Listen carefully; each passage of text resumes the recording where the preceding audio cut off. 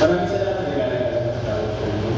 Nais ko lang malaman mula sa ating nagyaman kung tayo ay may sapat ang pondo para supportahan ang proyekto ng Gawad 13. Kadalang Karamangulo. Sa katuloy na ako ay nagkausap na ko ni kadalang Kagawad 13 tungkol sa kanyang panukala noong nakaraan po. Nahanapan na po natin ng pondo at ang mga kakailanganin natin sa proyekto ay naaayon naman po. Kagalangan ng tagapangulo, may mungkang sa tayo. Maaari bang gawin na lang natin isang araw, imbis sa 2 araw ng year. Dito ay mas makakatulong tayo ng mabuti at makakatipid sa diskusi. Ano ang iyong masasabi sa mungkang Gawad Tao? Sa tingin ko, mas mabuti pa rin na gawin 2 araw ang year. Nang sa ganun, mas marami pa rin tayo kabataan ang magpapagawa at mas marami pang mamalo sa diferente. Kaya rin ang tagapangulo, naisip ko sana ng magpapagawa natin. Kung gano'n ay alamin natin ang gusto ng konsero, sino sa inyo ang mahalis na 2 araw pa rin pinapit ang youth care? Pakitaan sa kanya para. Binibigyan ka rin, pakinig na ako yan. Pero ano po tayo ng mga kagawad at sumasang-ayon pa rin na gawin 2 araw ang year? Sino naman ang nais sa panukalan ng Gawad Tao na gawin na lang ang isang araw ang youth care? Pakitaan sa kanya. Binibigyan ka rin, pakinig. Pero ano naman po tayo ng 2 na nais na gawin isang araw na lang ang year? Dahil sa 5 boto, ang youth care ay nanatid pa rin ng 2 araw. Kung ayos na tayo, nais ko hindi lang yung motion upang sa mayunan at upang makabuha rin ang makasihan. Ako yung kaya sa mayunan, ang panukala at pagawa sa pagkakas. Akin po ang pinapakalawa mo. Meron ba kahit na alam pagkakul? Kung wala na, pinagpapagay ang pinangalawakan ng ito na ito kapuksan ayon sa panukala at ang paggawa ng aking kapasihan ng politik. Tumungo naman tayo sa susunod na pag-uusapan sa ating halaan. Ito ay magandang ng pinag-ambisyon ng Komite ng Kalusugan na pinangungunahan ng Kalangan ng Kagawad Games. Nais ko lamang ipaalam sa lahat ng nandito na ang health mission na pinapangunahan ng aming komite kasama ang Municipal Health Office ay gaganapin sa aming barangay.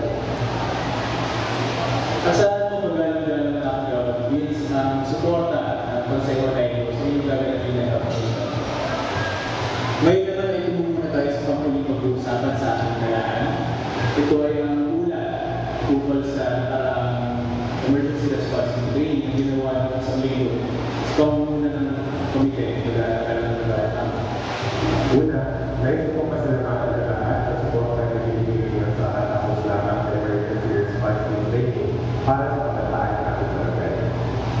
Maraming salamat sa lahat ng Kagawad Tao. At binabati ko ang inyong komite para sa isang napakahusay na trabaho.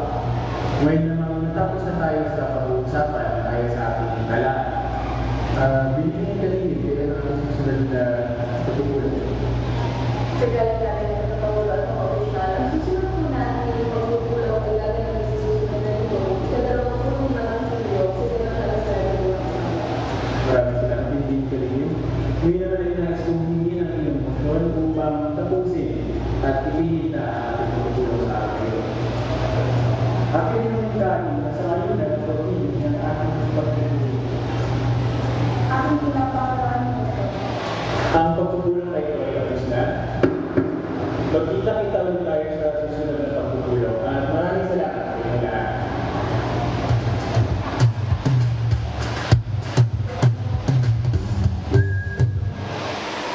Okay po. So, tatanong ko ngayon. Based dun sa video na panood ninyo, anong masasabi ninyo? Ikaw naman.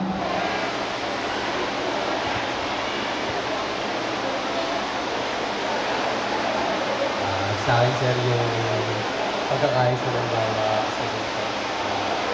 Kinukuha yung idea ng bawat isang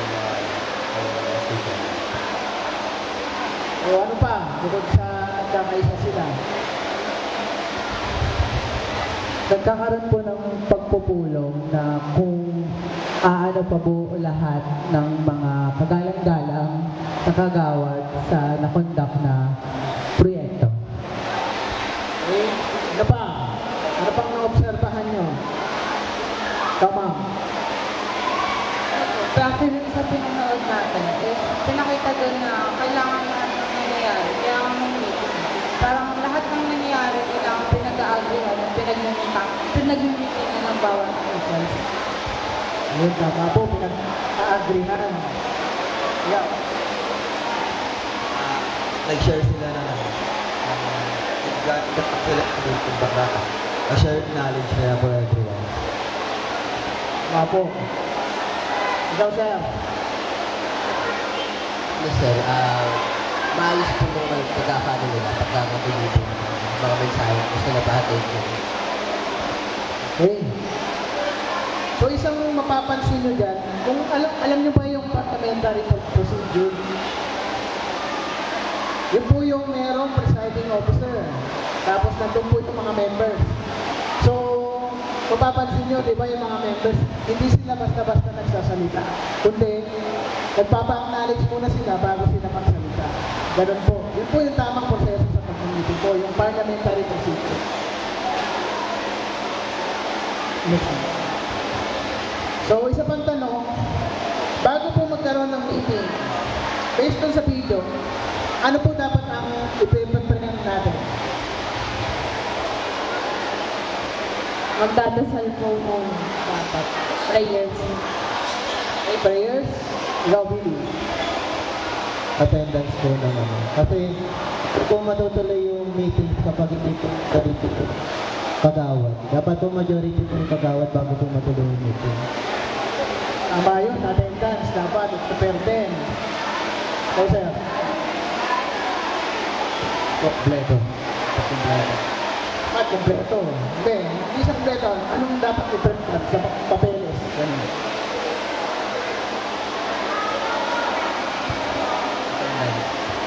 That's then. Tulong niya na kayo. Ikaw, ma'am. Dapat po, nakapalood po dito yung format of the meeting, agenda, venue, time and date, copies of the meeting. That's not it. Yun, tama. Parang sinabi mo na lahat. Yun po dapat ang i-prepare bago po magkaroon ng meeting. Sa next slide po. Next. So ito yun, yung mga dapat i-prepare.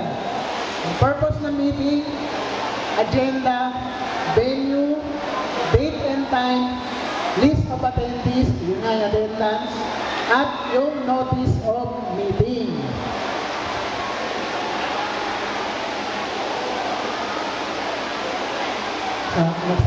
So ito yung example ng notice of meeting. Nakikita niyo ba? Pwede ba nilagyan? So ito yung nakalagay, notice of meeting. Nakalagay, for sangguniang kabataang members. Siyempre, nandiyan ito yung purpose ng meeting. A first sangguniang kabataan meeting, then nakalagay dyan, please be informed that the first sangguniang kabataan meeting is set to be held on Saturday, November 18, 2017, 8 a.m. to 5 p.m. at the Barangay Hall, Bungad, Quezon City. So, makikita nyo, yan yung yung time, venue, and date, dapat specific po.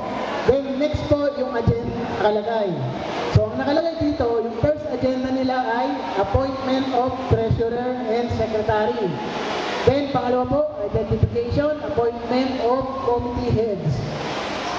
Number 3, schedule of regular SK meeting and KK consultation. Mahalaga po ito. Dapat i-schedule yung regular SK meetings po. Dapat nakapix po yun hanggang sa matapos yung term ninyo. Para hindi po kayo labo-labo. Para kahit walang notice of meeting, alam nyo na kung kailan, saan at kung anong oras yung SK meeting ninyo. Then number 4, syempre initial discussion ng action plan. And number 5, other matters. So, ito po yung example ng notice of meeting. Parang ganun din po siya. Nandiyan din yung agenda, yung purpose, date and time. Yun. Next po.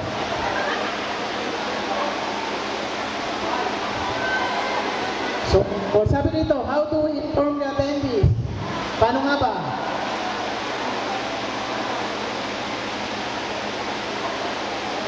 Paano nyo i-inform na meron kayong meeting? Siyempre, di ba? Notice of meeting. So, sa paano paraan? Ito po. Pwede siyang traditional and non-traditional media or posting. So, sa traditional, nandiyan yung magpapareceive kayo ng papel, ng notice of meeting. Dito naman sa non-traditional ay pwede ito through text, email, messenger, or sa pag-post ng social media ninyo.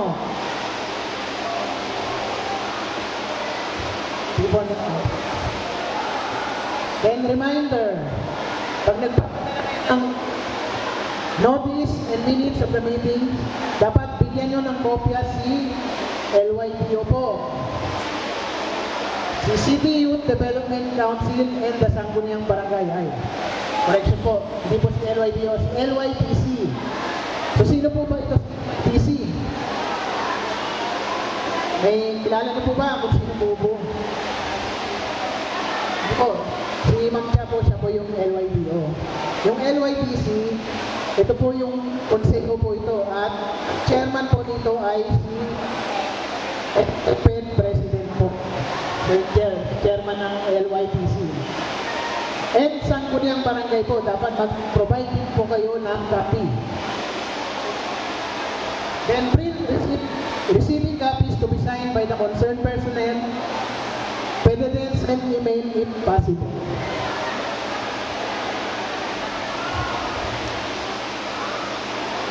So during the meeting,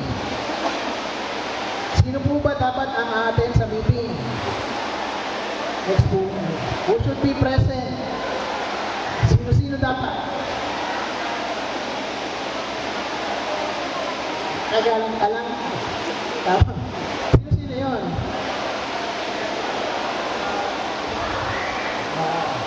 Siyempre, kung sa SK meeting, dapat nandun si SK chairperson, as the presiding officer, yung 7 na SK members, si treasurer, at si secretary po.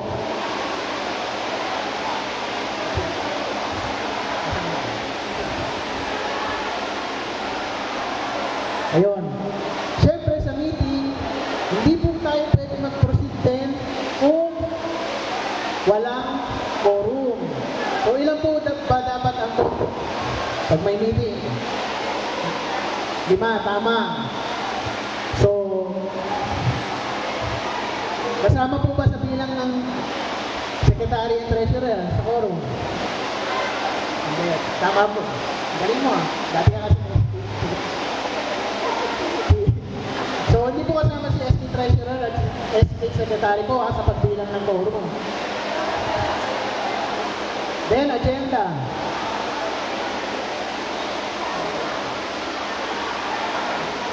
So, yung agenda, a schedule of order of business, noting details. So, dapat sa agenda, yung po ang nilalaman nun ay yung mga pag-uusap lang dapat. So, wala na po dapat dinadagdag. Kung ano lang po nakalagay sa agenda, yun yung ang pag-uusapan sa meeting. So, ito yung nilalaman nun. Siyempre, yung logistics, the time, date, and venue, the type of meeting, and objectives or purpose, items or calendar of business, next meeting, yung date, ilalagay dyan, then adjourn.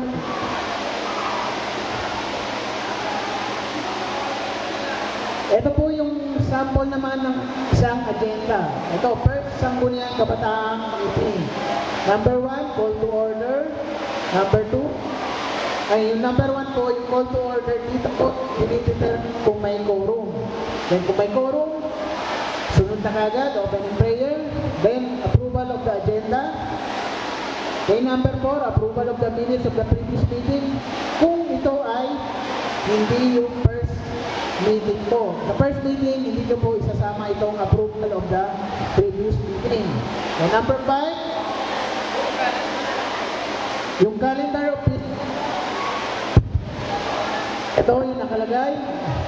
Nakita nyo yung may letter A, kung ang succeeding meetings na ito, nakalagay dyan, unfinished business.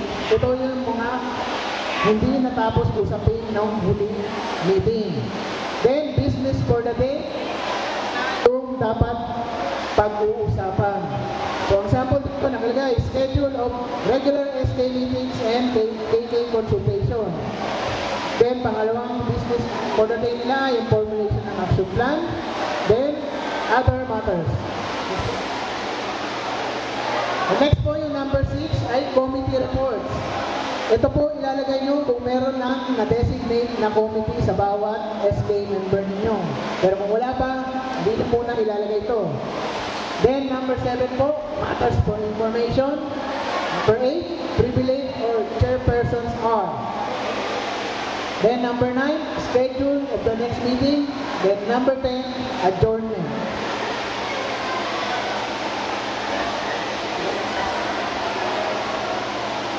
So, after the meeting, ano ba ang dapat na output pagkatapos ng meeting?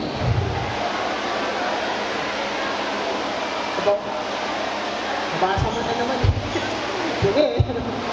Minutes of the meeting or yung resolution. Hindi po or, or. Kasi yung minutes of the meeting, dapat matik po, meron yan after ng inyong regular meeting. So, documentary outputs, ito yung minutes of the meeting. It refers to the complete set of notes taken during the meeting regarding the time, date, attendees, and proposed and agreed upon agenda. So, yung nilalaman dyan, yung mga kung ano yung mga naging agreement nyo regarding doon sa agenda na nakalagay. Ito yung sample ng minutes of the meeting. Ang content niya dapat ay merong title or type of meeting, then yung date, yung oras, at oras ng pag-umpisa, at yung oras kung ano natapos. Then, syempre, nandiyan yung venue, location, then kung sino yung presiding officer, syempre, si SK chairperson yun. Pwede ba mag-iba ng presiding officer?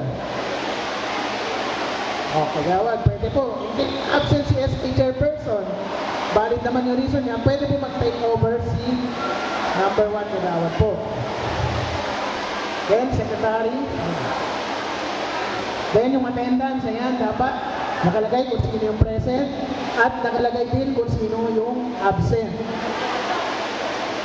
Yan, ito na yung achievements or your highlights, kung ano yung mga pag-usapan. I-detalye na yun. Pwede naman itong in bullet type or in narrative form. Next part po, yung ano to? Ayun sa action plan na. Ito, maglalagay din po tayo kung meron pong issues. Tapos nakalagay doon kung ano yung mga target date. Ito yung mga agreements na. So, bakit pinakita to? Ito, pinakita to dahil meron nilabas na DBM Local Budget Circular 148-2022. Ang nilalaman yan ay yung pagkakaroon ng honoraria ng SK member. Pero hindi ko na i-discuss to kasi iba mag-discuss yan, hindi ako. Pinakita lang yan kasi ayon dito, para magkaroon ng honoraria ang SK member at SK treasurer and SK secretary, dapat po, sila po ay nakapag-attend na at least 1 meeting per month. So yun po ang output po dapat ng isang SK member. So resolution, dako naman tayo sa resolution. So, sabi ko sa inyo, saka na yun, sa honoraria.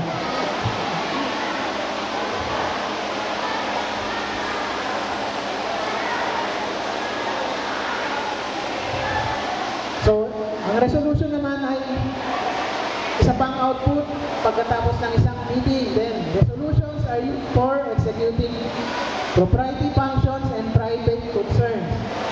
Resolutions may also be used to express ideas, opinions, or requests. So ano ba pinagkaiba ng minutes of the meeting sa resolution? So ang minutes of the meeting daw ay isang document which shows the brief history of what happened at the meeting and the decisions that have been made.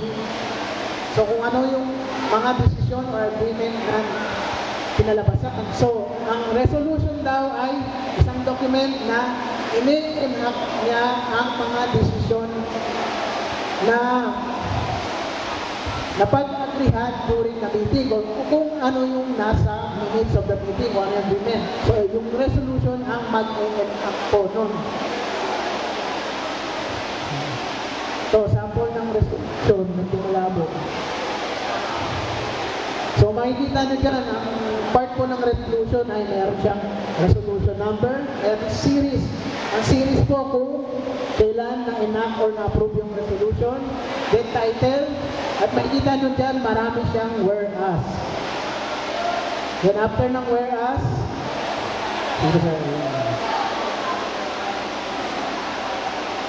sa kabila naman, yung resolution or resolved part. Ayun, mabasa niyo, now therefore be it resolved. Yan po ang resolution part. Ito yung ini-enact na niya kung ano yung agreement.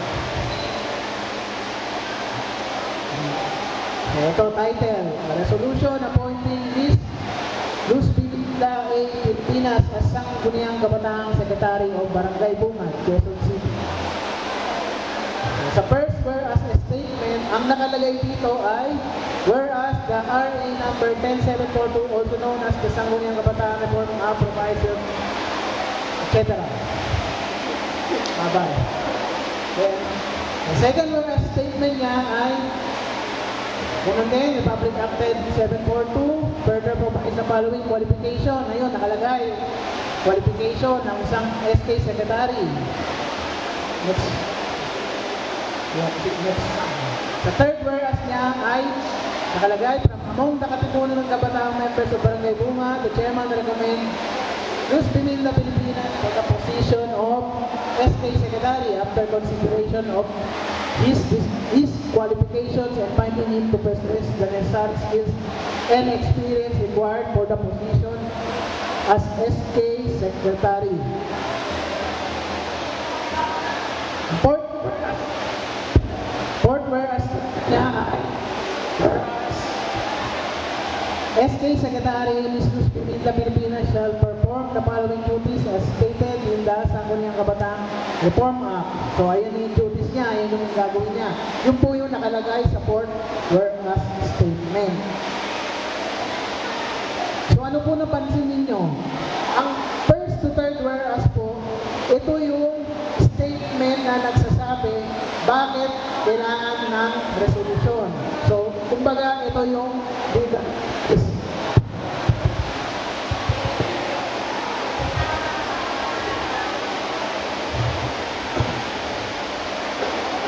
Then, sa fourth whereas naman,